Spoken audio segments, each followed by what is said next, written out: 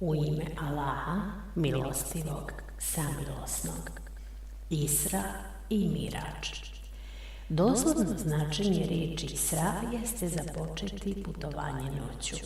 U ovom kontekstu ta riječ se odnosi na putovanje Muhameda a.s. od Mesdžidul Harama u Meki iz kuće Umihane, kćeri Ebu Talibove, do Mesdžidul Aksa u Jerusalemu. Sura El Isra, ajet 1. Mirađ doslovno označava stepenice ili deređe. Obično se razumijeva i prevodi kao uzdignuće poslanika Muhameda a.s. na nebesa. Iz opisa Isra i Mirađa uočava se 5 takozvanih prijevoznih sredstava kojima se poslanik a.s. prevozio. Ruhul Bejan 5/125.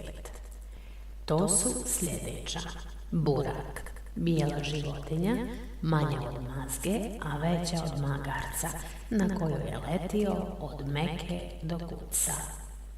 Mirađ, smaragdno-zelene stepenice kojima se uspeo od Kudsa do prvog neba. Krila meleka na kojima je prebačen od prvog do 7. neba. Krila Džibrila a.s. na kojima je prebačen od 7. neba do sidre, lotosovog drveta na 7. nebu, to jest krajnje granice ovoga svijeta.